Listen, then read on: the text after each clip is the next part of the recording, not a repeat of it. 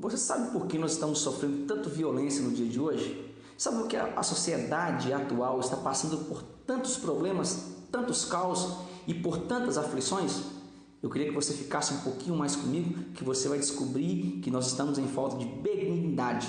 O que é esse tema? É isso que nós vamos falar hoje. Hoje é a lição de número 7, benignidade, um escudo protetor contra as porfias. Quero iniciar mandando um grande abraço ao meu amigo pastor Antônio, aqui da DTO, ao presbítero evangelista Rafael, também da DTO, ao Pedro Moreira, evangelista Pedro Moreira, também ao presbítero Carler, também aqui da DTO. Um grande abraço ao Sandro Batista, a presbítero Celso Gomes, em Brumado, na Bahia, e ao meu grande amigo Wellington Silva. Volto já, espera mais um pouquinho.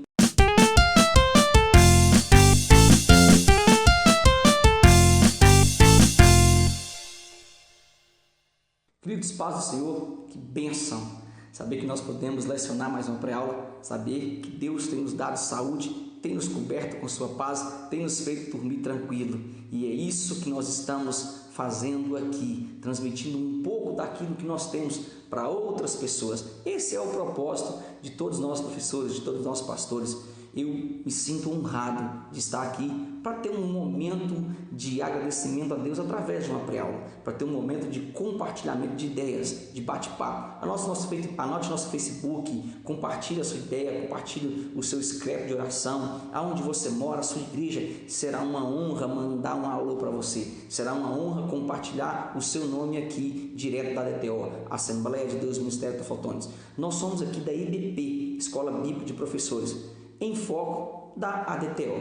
Querido, hoje nós vamos falar da lição de número 7, que fala sobre benignidade, um escudo protetor contra as porfias. A leitura bíblica em classe dessa lição está em Colossenses 3, o capítulo 3, do versículo 12 até o versículo 17. São 5 versículos para você ler, para você meditar, para você entender o que o pastor Osiel queria trazer para nós nessa lição de hoje, de número 7.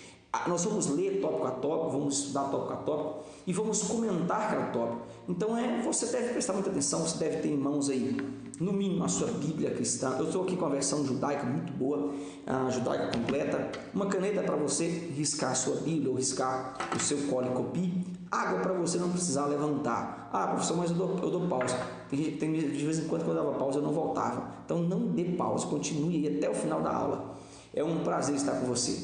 Eu quero iniciar aqui deixando as minhas orações às pessoas que compartilham a nossa lição, compartilham as pré-aulas, que está mandando para outras pessoas em diversos lugares do mundo. Quanta honra saber que Deus tem nos levantado e nos honrado ao longo desses anos. São 2 anos de EBP e Deus tem nos dado força para estar aqui. Não é fácil, querido, mas a honra, a majestade, a glória dele. É dele e vai continuar sendo dele. Somos apenas instrumentos da sua mão. Na lição passada nós falamos sobre paciência e hoje nós vamos falar sobre benignidade, que também é um fruto do Espírito, e também vamos falar sobre aqui porfias, que é um fruto da carne, um dueto entre benignidade e porfia. Eu queria que você entendesse tópico a tópico para você levar para a sua sala de aula. Na lição de hoje, a introdução é falar que nós estudaremos um aspecto do fruto do Espírito, a benignidade, e um aspecto das obras da carne, a porfia. Nessa introdução, entenda uma coisa, nessa introdução é um início de aula. Como início de aula, você já está acostumado com isso, mas tem novos professores que estão engajando agora nessa luta, nessa jornada de pré-aula, que é muito difícil, não é fácil. Uma aula tem que ser diferente da outra, você deve se desdobrar como professor. Eu queria que você falasse, se possível, pegue o colo e copie e leve. Não é vergonhoso você lecionar com papel na mão. Não é vergonhoso você fazer uma cópia no celular, como eu faço no meu celular, e coloca as pessoas para ler a introdução. Enquanto elas estão lendo a introdução, eu vou entendendo tudo o que eu vou falar. E eu entro na lição e vou dividindo tópicos na minha sala. Isso não é vergonhoso. Isso é uma prova de que você é organizado. Então, nessa introdução, você falar que nesta lição aqui, pessoalmente, Elias, eu tenho ficado muito chateado com o que tem acontecido nos últimos tempos, nos últimos meses. E eu queria pedir a vocês aqui, nessa lição, que você chamasse a sua aula para um momento de oração. Você professor, você pastor, você superintendente, que você orasse pela igreja e pelos líderes do Brasil. Como tem líder enganando o povo, querido. Como tem líder tratando o povo como objeto de tirar, de ser e de ter algo. Então eu estou profundamente chateado. Outro dia Deus tem me incomodado, eu tenho orado muito por isso, me acordado durante as madrugadas, e Deus tem me chamado para que eu faça e peça isso para vocês. Então eu peço a vocês, convide a sua sala nesse momento para que você tire no mínimo 30 segundos.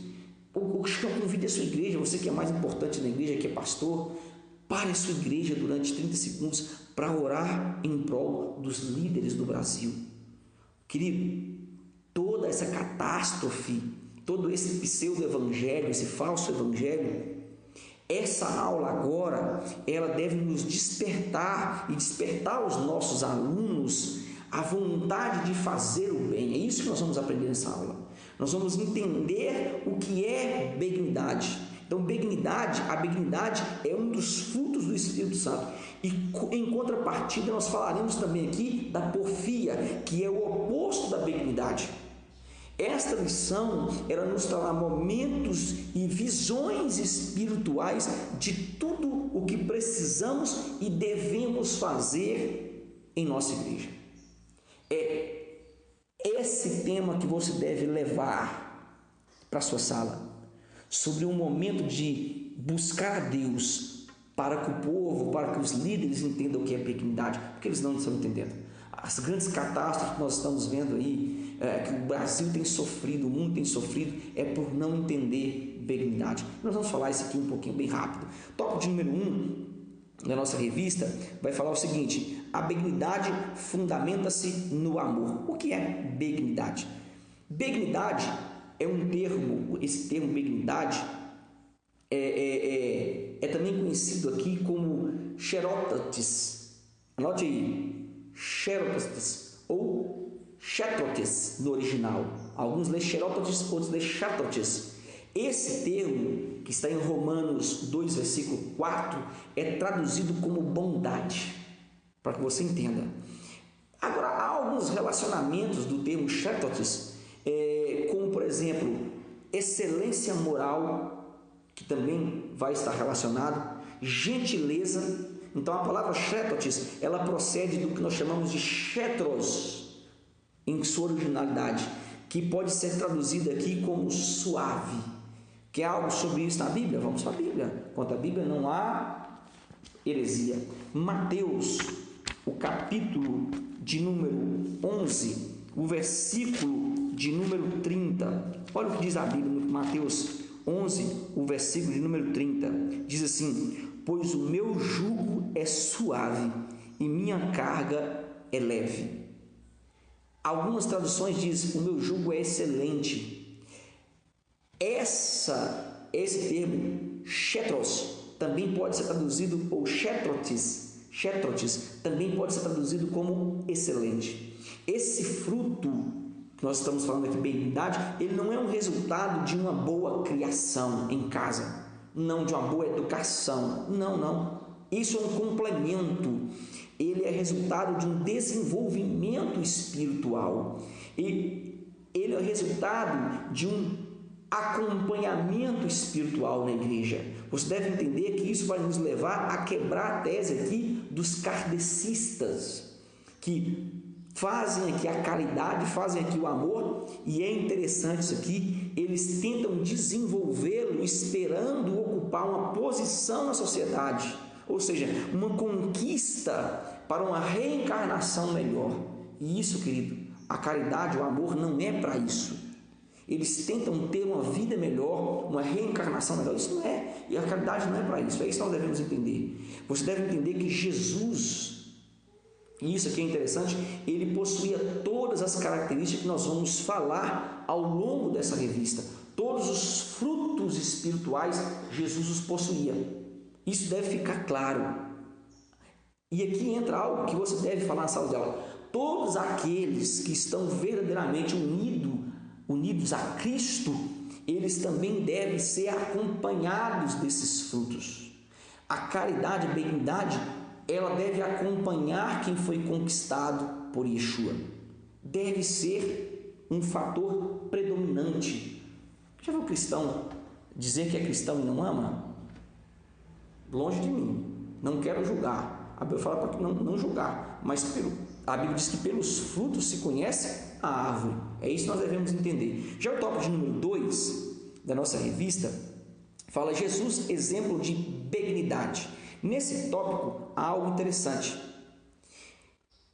que eu queria dividir com vocês aqui. Quem possui benignidade, ele não se prende aqui aos dogmas da sociedade. Vou repetir para você entender. Quem possui benignidade não se prende aos dogmas da sociedade. Ele não se prende aqui, ele não se importa com cor, ele não se importa com posição, ele não se importa com religião. Isso aqui é muito interessante. Por quê? Porque ele procura exatamente manifestá-la para que outras pessoas sintam o amor do Pai Celeste para com as suas criaturas. Ele quebra os paradigmas. Ele quer manifestar o amor para que outras pessoas entendam que Deus os ama, que Deus os quer de qualquer maneira. Deus tem para si o prazer de ter pessoas restauradas. Isso é magnífico, isso é interessantíssimo. Olha, o ato de demonstrar amor é fazer com que as pessoas alcance e seja alcançada pela salvação de quem? De Jesus. Pela salvação de Cristo. Pela salvação de Deus presente em nosso ser. Onde eu acho algo sobre isso? Tiago 2. É isso? Tiago 2. O versículo de número 1 e 4. Olha o que Tiago diz. Versão judaica que eu estou aqui. Meus irmãos, pratiquem a fé de nosso Senhor Yeshua, o glorioso Messias, sem demonstrar favoritismo. Suponham que um homem entre em sua sinagoga com anéis de ouro e roupas caras, e também entre um pobre e esfarrapado. Se vocês demonstram mais respeito pelo homem vestido de roupas caras e lhe disserem, sente-se aqui neste bom lugar, enquanto dizem ao pobre, você fique em pé ali atrás, ou sente-se no chão junto aos meus pés, não estarão criando distinções entre vocês mesmos, emitindo juízo entre motivações malignas? Querido, entenda uma coisa.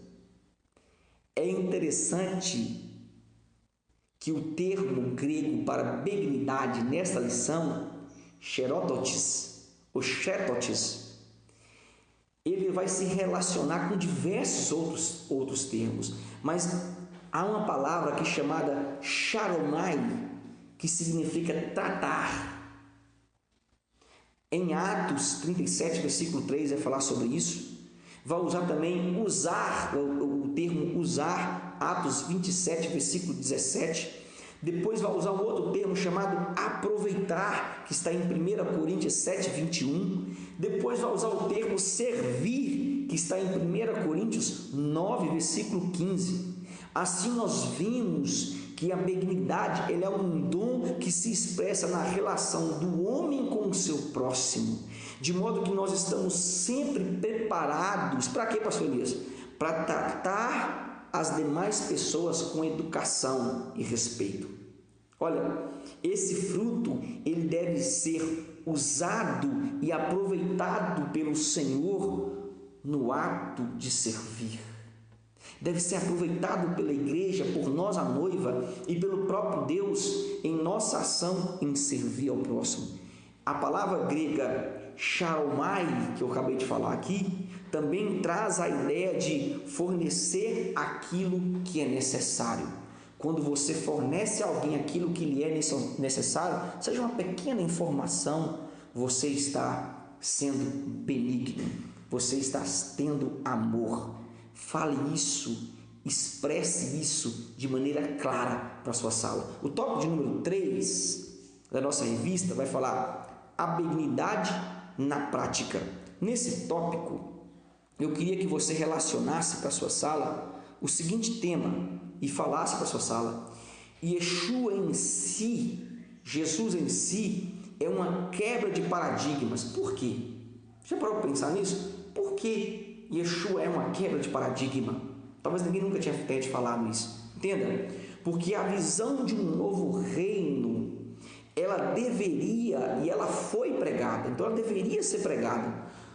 Nós não podemos nos esquecer que Israel, na visão de Cristo, na visão de Deus, era um povo escolhido, era a noiva escolhida. Agora é interessante que Israel, ela partiu para a prostituição.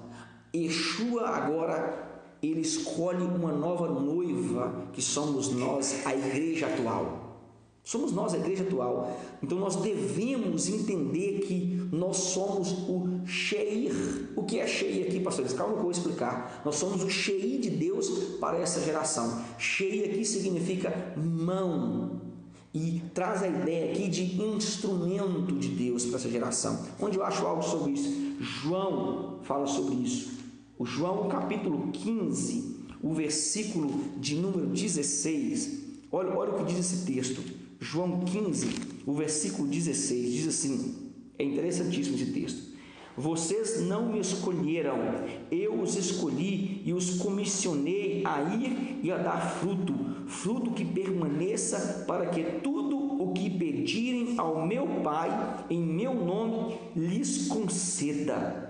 Isto é o que lhes ordeno, mantenha o amor uns pelos outros. Olha que interessante, dentro dessa tese que eu acabei de ler para vocês em João 15, versículo 16 e 17, a pessoa que expressa o fruto da benignidade é usada por Deus como um instrumento para abençoar aqueles que carecem da revelação do Evangelho de Cristo. Isso é magnífico, é altamente espiritual isso aqui.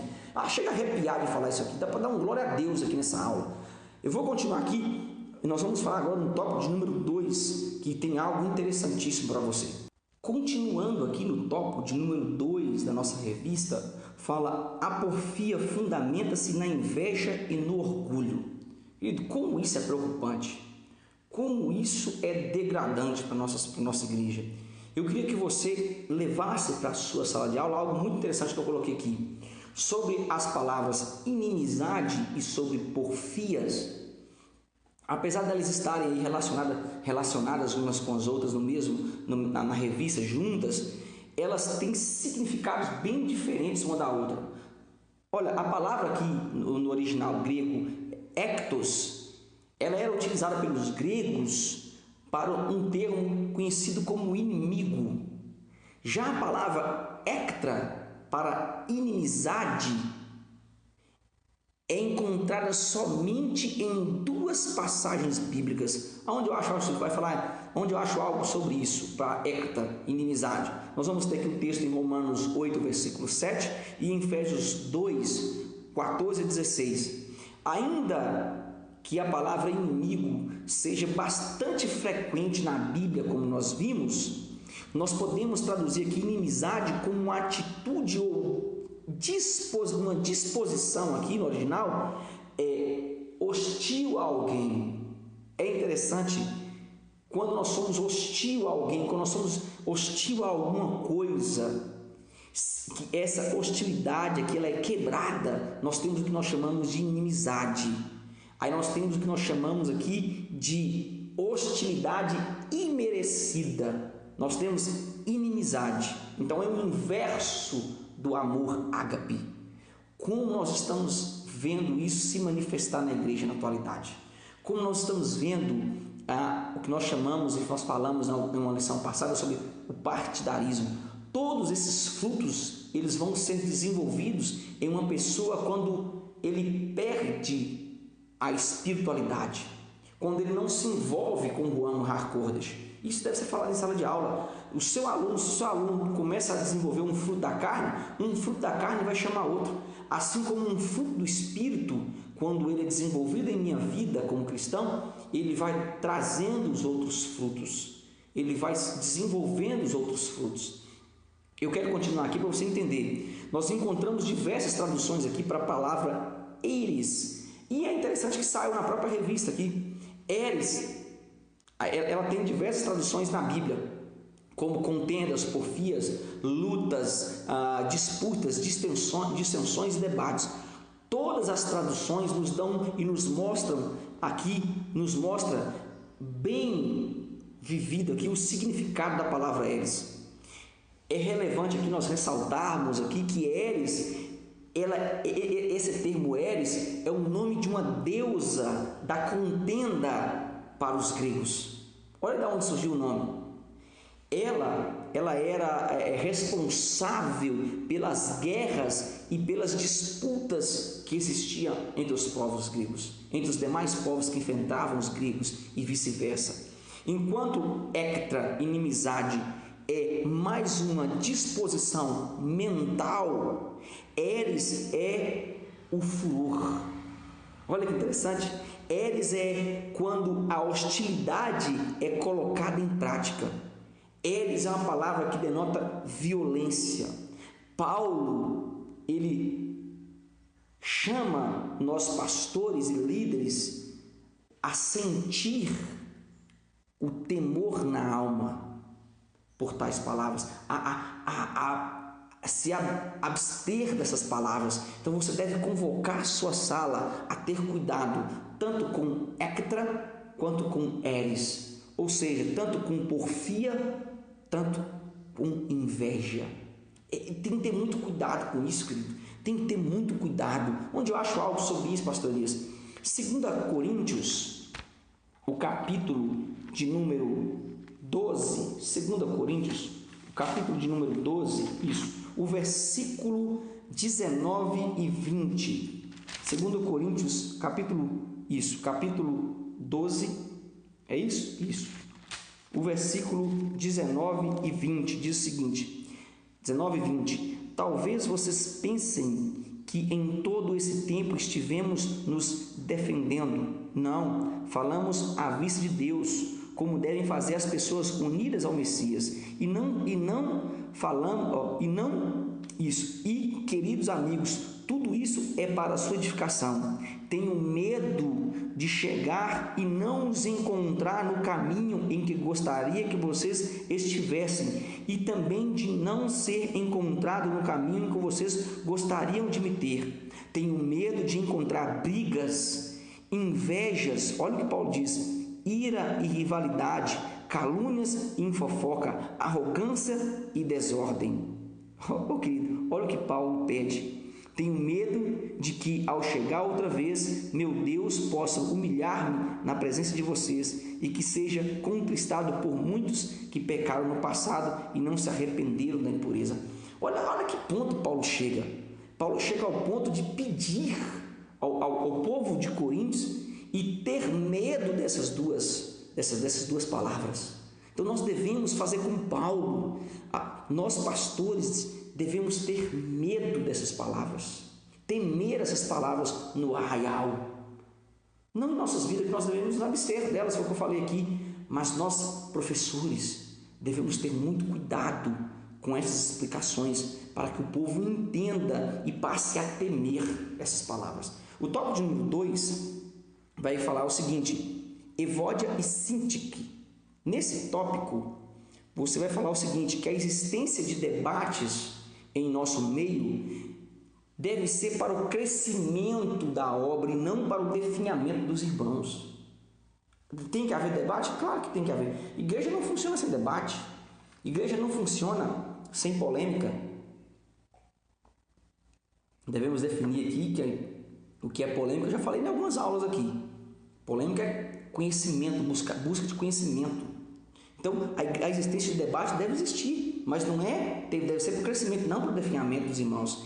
Ter intelecto aqui, que dá a entender que precisamos expor os nossos pensamentos e ser questionado muitas vezes, mas sempre buscando um bem-estar da obra de Cristo.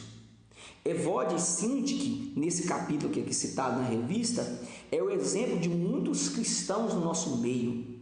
Elas tiveram uma rusga entre si e meu amigo, Paulo chegou a escrever para as duas. Então, Evódia e Sintique é um exemplo de muitos cristãos que nós estamos tendo no nosso meio na atualidade. O que devemos entender é que em nós deve sempre haver o sentimento de Cristo, tanto na comunhão quanto na pregação. Por que eu falo isso? Porque não adianta só você pregar, você tem que viver o que você prega. Então muitas pessoas estão pregando, ensinando nas salas de aulas, ensinando nas igrejas, mas não vivem o que prega. Eu vejo inúmeros irmãos subirem para o púlpito, irem para a sala de aula, dar uma aula magnífica, como eu falo aqui, mas no íntimo é sepulcro calhado. A família é uma merda, com perdão da palavra. O testemunho é uma merda, com perdão da palavra novamente. Ah, meu querido, pelo amor de Jesus Cristo, você tem que viver aquilo que você prega. Você tem que falar exatamente aquilo que você vive no seu cotidiano. Busque um entendimento e busque palavras em que você está apoiado. Base bíblica, Filipenses 1, 15 ao 17, diz o seguinte, olha o que diz essa palavra, 15 ao 17. Diz assim: é verdade que alguns anunciam o Messias por inveja e rivalidade, mas outros desprovidos de ambição. Aí ele continua: estes agem por amor, cônscios de que fui posto onde estou para defender as boas novas, ao passo que os primeiros proclamam o Messias por ambição e egoísta, com motivação impura, supondo que me podem causar sofrimento na prisão. Quando nós lemos Filipenses, nós vemos que Paulo, ele externamente não deixava se abater, mas internamente ele se sentia abatido em saber que o evangelho tão precioso que havia colaborado para o crescimento de muitas pessoas estava sendo deturpado por muitos homens que não queria falar a verdade, mas sim tirar proveito da situação. Eu vou continuar aqui no tópico de número 3 do item 2, e esse tópico fala sobre Miriam e Arão. Nesse tópico eu queria que você falasse o seguinte, que o autor da revista, ele diz que um sentimento carnal traz consigo outros sentimentos, despertando o que há de pior em cada pessoa.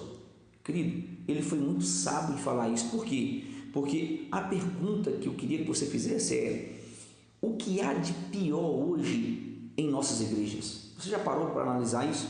Já se fez essa pergunta? O que há de pior em nossas igrejas nessa atualidade? Quando trabalhamos contra quem tem chamado, isso deve ficar específico. É por isso que eu quero falar sobre isso nesse caso de Miriam e Arão, que quando nós trabalhamos contra quem tem chamado, nós podemos e somos, isso aqui é muito interessante, nós somos cobrados pelo próprio Adonai. Miriam e Arão experimentou aqui de Titzaraat. O que é Titzaraat? Titzaraat é lepra. Eles ficaram cobertos de lepra por questionar se realmente Adonai falava com Moisés, se realmente Adonai tinha um contrato com Moisés. E eles ficaram 7 dias fora do arraial por conta dessa dúvida, por conta desse questionamento. Agora entra algo profundo aqui, que nós precisamos entender. Não foi só o questionamento que levou Deus a tirá-los do arraial, levou Deus a colocar lepra sobre eles. Na realidade aqui, eles tinham iniciado aqui um princípio de porfia, um princípio de contenda, e Deus abomina a contenda. Essas divisões nós estamos vendo, essa contenda que nós estamos vendo no seio da igreja, Deus não se agrada, e essas pessoas vão ter com o próprio Criador. Por quê? Porque está mexendo com a noiva dele, está mexendo com um líder, e isso nós temos que ter muito cuidado com isso, querido. Já o tópico de número 2 da nossa revista fala o seguinte: revistamos-nos de benignidade. É um tópico bom para se falar na nossa sala, é um tópico bom para escutar os alunos. O que é revestir-se de benignidade? Entenda uma coisa: nós não podemos nos confortar e nos conformar. Olha a profundidade disso aqui, com todos esses frutos da carne que estão no nosso meio na atualidade. Então o conselho de Paulo aos Colossos deve ser o mesmo a ser seguidos por nós. Qual foi o conselho de Paulo? Despir-nos, que eles despissem. Então nós devemos despir de nossa velha natureza, deixar as inquietações, querido, deixar aqui os falatórios, deixar as intrigas, deixar a inveja e os demais problemas que estão nos rodeando nesses últimos tempos. E nós devemos abraçar os dons espirituais e ser abraçado pelo Juan Marcos, ser abraçado pelo Espírito Santo e ser abraçado por esses frutos que estão à nossa disposição. As pessoas estão abraçando os frutos da carne, sendo abraçados pelo mundo e se esquecendo que nós devemos ser abraçados pelo Espírito Santo, ser conquistados novamente pelos frutos da carne. A igreja precisa novamente se envolver com os frutos do Espírito e não ser abraçado pelos frutos da carne. É isso que você deve falar nesse tópico. O tópico de número 2, esses tópicos são muito bons e eles, você pode colocar um aluno para discutir, entender um pouco sobre esse tópico. Ele vai falar sede benignos. Sede benignos. O que é ser benigno? Fala nesse tópico o seguinte: o amor, e isso aqui tem muita base bíblica para você falar, tem muita base escatológica para você falar, mas eu quero trazer aqui para a área espiritual. O amor é a base da salvação. O amor é a base da libertação. O amor é a base para quem quer uma vida nova, para quem busca uma vida nova.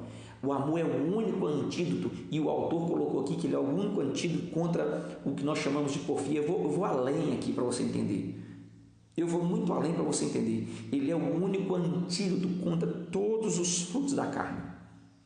Todos os frutos da carne. Adonai, através de Yeshua, ele vence todos os frutos da carne, demonstrando o seu amor para com todos, quer seja eleito ou não, quer seja gentios ou quer seja judeus.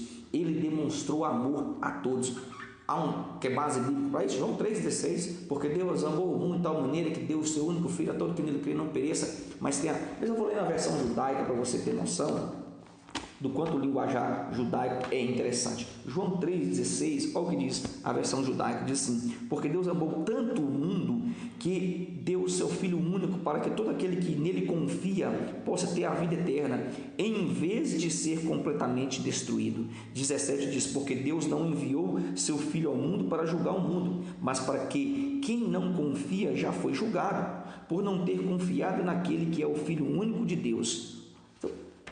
A base maravilhosa. O amor vence todos os empecilhos. O amor vence todos os frutos da carne. A base de Romanos 13, o amor tudo crê, o amor tudo suporta, o amor tudo espera. É excelente você falar sobre o quanto nós estamos precisando fundamentar o amor em nosso coração, fundamentar o amor em nossa alma, para que as outras pessoas sintam o amor de Cristo e passem a perdoar. Perdão está escasso na igreja moderna. Perdão hoje virou raridade, assim como benignidade também é raro na igreja moderna. E isso que nós devemos trazer à nossa sala, nós devemos colocar como base para a nossa sala, para que eles entendam que nós estamos dentro de um parâmetro bíblico e dentro de um parâmetro espiritual, fora do parâmetro humano. Porque o mundo aí fora é só briga, só contenda, ninguém ama ninguém, todo mundo querendo passar a perna no outro. É isso que você deve falar, é isso que você deve expor. Já o subtópico de número 3 da nossa revista vai falar imitando a conduta de Paulo. Querido, como é fácil imitar a conduta de Paulo? Imitar a conduta de Paulo é imitar também a conduta de Yeshua. Por que eu estou falando isso? Porque nós vimos na atualidade que Paulo falou algo que nos deixa completamente extasiados, nos deixa completamente, por que não dizer fãs de Paulo aqui no bom sentido. E eu posso falar que eu gosto muito de Paulo, sou fã de Paulo completamente, por ver o que Paulo fez, o que Paulo era e o que Paulo se transformou. Eu olho para a minha vida no passado, enxergo a minha vida no presente, é a mesma coisa, perseguição, depois perseguido, aquele que matava agora está procurando para ser matado. É algo magnífico, como eu sempre falo. Olha aqui, fala nesse tópico seguinte: ser exemplo nos últimos dias é a grande dificuldade dos líderes. Ser exemplo nos últimos dias é a grande dificuldade dos líderes. Será que você teria coragem de falar para a sua igreja, de falar para a sua sala, de falar para os seus amigos: sigam o meu exemplo, se espelhem em mim? Será que você teria essa coragem? São poucas as pessoas que podem falar isso. Se a resposta foi não, querido, se você pensou para responder, você precisa entender que há um grande sinal de que você ainda precisa ser moldado, de que você precisa ser trabalhado, de que você precisa ser conquistado e se entregar completamente aqui ao Espírito Santo. Para quê, pastor Edilson? Para que ele faça uma grande obra em sua vida, para que ele complete tudo aquilo que ele completou nos discípulos, tudo aquilo que ele completou ao longo da carreira dos discípulos que tinham medo, ao longo da carreira dos discípulos que eram ladrões, como o povo falava, eram perseguidores, mas amou tanto o mestre e se envolveu tanto com o mestre que passou a ser exemplo. Será que você tem sido exemplo nos últimos dias? Nós devemos entender que nós devemos nos envolver tanto com o Espírito Santo. Ele deve tomar conta do nosso ser, tomar conta da nossa vida, que as pessoas devem olhar para a gente e querer ter a mesma conduta. Qual a conduta? Uma conduta ilibada, assim como Paulo também teve. Ao longo de toda essa carreira, Paulo foi perseguidor, agora ele é perseguido. Você imaginou alguém que era perseguidor para ter a confiança da comunidade judaica? Ter a confiança dos gregos? É isso que nós precisamos entender, pastor Elias, me dá base bíblica. Querido, como tem base bíblica para isso? Como existe base para que nós possamos falar sobre Paulo? Como existe base para que nós possamos respirar a vida de Paulo? Nós precisamos entender que nos últimos dias a igreja moderna ela está fora do padrão bíblico, ela está fora do padrão do que nós chamamos aqui da ética moral, da conduta do Cristo. Eu fico triste em falar isso. Não é fácil para nós obreiros falar isso. Não é fácil para nós pastores, para nós líderes falar sobre isso. Não é a verdade.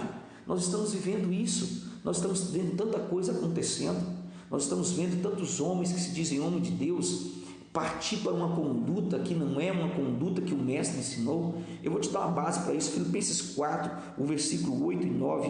Olha o que diz esse versículo. Diz assim, 8 e 9. Eu estou na versão judaica. Diz assim, por amável, olha que interessante. Ele diz assim, por fim, irmãos, concentrem o pensamento no que é verdadeiro, no que é nobre, no que é correto, puro, amável ou admirável. Em alguma virtude ou em algo digno de louvor, continue praticando o que aprenderam e receberam de mim. Olha que interessante. Ou o que ouviram e me viram fazer. Então Deus, que concede Shalom, estará com vocês. Querido, as pessoas perguntam assim, como ter paz? Como ter paz interior? Como deitar e dormir? Você só consegue deitar e dormir quando verdadeiramente você está fazendo o que a Bíblia diz. Quando verdadeiramente você está sendo guiado pelo Espírito Santo. Essas pessoas que estão tentando ludibriar, estão ludibriando a muitos aqui na atualidade, eles não têm paz interior. Eles não sentem a paz que Jesus nos dá. Eles não sentem a eternidade próximo deles. Estão pregando para muitos, como eu falei aqui, mas eles mesmos não têm certeza da salvação. Eles estão vivendo e correndo para adquirir. E não foi isso que o mestre ensinou. Nós precisamos entender que Paulo diz, vocês precisam seguir o exemplo que eu deixei. Vocês precisam entender, se ouviram algo de mim, seja bom, copiem. Quem é o mestre na atualidade que você pode copiar? Essa é a grande pergunta. Quais são as pessoas que você pode seguir? Quais são as pessoas que você pode olhar e dizer assim, ali realmente tem um caráter de Deus, ali fala a verdade, ali prega a verdade. Às vezes as pessoas nos odeiam porque nós falamos a verdade. Às vezes as pessoas nos odeiam porque nós somos felizes e nós brincamos com a felicidade que Deus nos deu. Brincamos aqui no sentido de que nós somos alegres em todo o tempo. As pessoas dizem, não, para ser santo precisa ter cara fechada. De maneira nenhuma, querido. A benignidade que existe em nós, o amor pela obra, o desenvolver aqui o caráter cristão nos faz entender que nós dependemos de Cristo e nós continuamos dependentes dele. E é por isso que nós somos felizes. É por isso que nós temos paz. É por isso que nós podemos dizer, faça o que eu faço, siga o que eu sigo. Eu tenho o privilégio de subir no púlpito e pregar a verdade e saber que eu vou chegar em casa, minha esposa não vai me condenar, os meus filhos não vão me condenar, a minha igreja não vai me condenar, porque o que eu fui, eu deixei lá atrás. Eis que tudo se fez novo. Agora eu sou uma nova criatura em Cristo. E como nova criatura, eu posso dizer, eu sigo o exemplo de Cristo. Eu sigo o exemplo dos discípulos, o exemplo de Paulo. Eu sigo e vou continuar seguindo, não porque eu consigo, não, porque Ele me dá força dia após dia. Espero que você tenha tirado proveito dessa aula. Espero que o Espírito Santo tenha tocado no seu coração. Espero que você possa conseguir trazer esse fruto, a benignidade, e em oposto aqui falar sobre as porfias, ao ponto de que a sua sala sinta nojo quando ela pecar, ao ponto que os seus alunos, quando se falar em pecado, eles sintam um repugno muito grande por essa palavra. Querido, nós precisamos despertar nos últimos dias uma geração que seja benigna, que ame o Mestre como nós amamos. Você que está nos assistindo é uma prova de que você ama o Mestre. Você que está nos honrando com a sua presença, você que tem deixado escreve, você que tem deixado orações, você que tem mandado o seu alô para que nós possamos mandar o nosso abraço. Nós sabemos que não é fácil, mas nós sabemos que você tem vencido. Por quê? Porque o amor de Deus é manifesto em você, assim como é manifesto em nós. Eu me despeço de você e espero mais uma pré-aula, que ela venha bem rápido. Yahweh Shalom e até a próxima pré-aula.